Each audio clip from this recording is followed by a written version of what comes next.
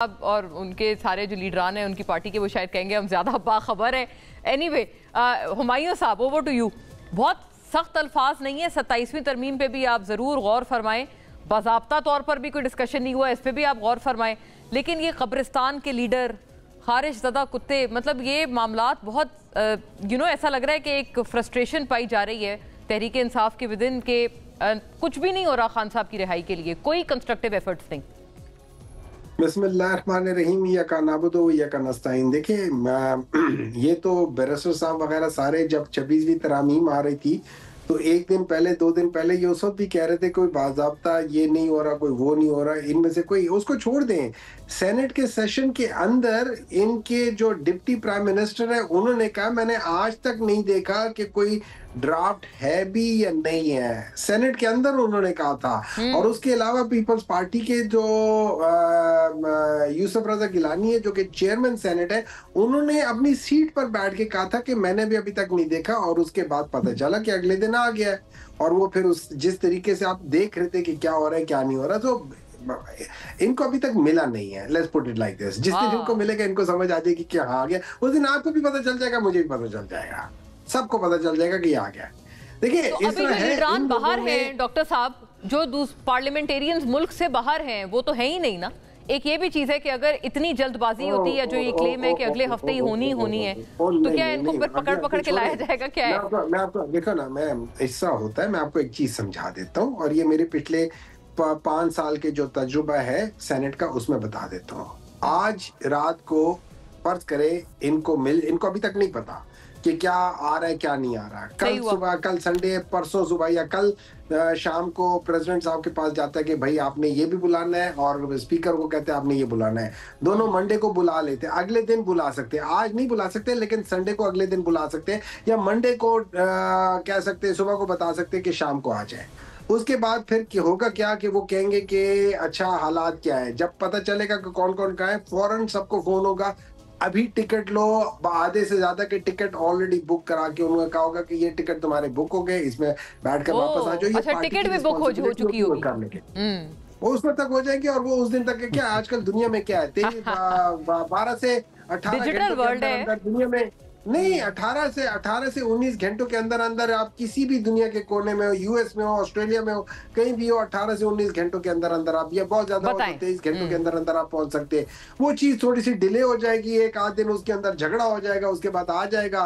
Peoples party हो गई है जो कि इन लोगों के अच्छे बुरे सबने भी पास करना होगा। ये ना, इनकी हिम्मत नहीं है कि ना कह सके, इनकी हिम्मत नहीं है कि ये किसी चीज को ना कह सके। ये उसी नहीं, मौलाना साहब के बारे में तो आप ये नहीं वैसे कह सकते, राइट हुमायूं साहब, बिकॉज उन्होंने तो उस वक्त बहुत रेजिस्ट किया और कहते हैं क्या से क्या कर दिया, वो क्या नाक के जहरीले दांत निकाल दिए थे। देखें, इस तरह है कि जो मौलाना साहब की बातें हैं उन्होंने बिल्कुल बाद में चेंजेस लाई होंगी, मैं उसमें टोटली एग्री करता हूँ। लेकिन एक बात याद रखें, चूंकि ये 26वीं तरामीम पाकिस्तान तहरीक इंसाफ की बात कर रहा हूँ, पार्लियामेंट के अंदर डिस्कस नहीं हुआ किसी भी फोरम में। पार्लियामेंट के अंदर किसी भी फोरम में, चाहे वो नेशनल असेंबली हो, चाहे वो सेनेट हो, चाहे वो कमेटीज हो, कहीं भी डिस्कस नहीं हुआ। ये पार्लियामेंट से बाहर drawing rooms, discussion room, bedrooms, bathrooms, हर जगह डिस्कशन हुई है। अब वहां पे हमें जो इतला मिली है, चूंकि हमारी इतला थ्रू मौलाना साहब थी, हमें इतला ये मिली है कि भाई इसके अंदर ये चेंजेस है, ये सारी चीजें, और इसके अंदर एक शिक है कि अंडरस्टैंडिंग ये है कि this will be along with ये जो प्रेजेंट, उस वक्त जो प्रेजेंट जिन्होंने बनना था चीफ जस्टिस, उनके साथ होगा।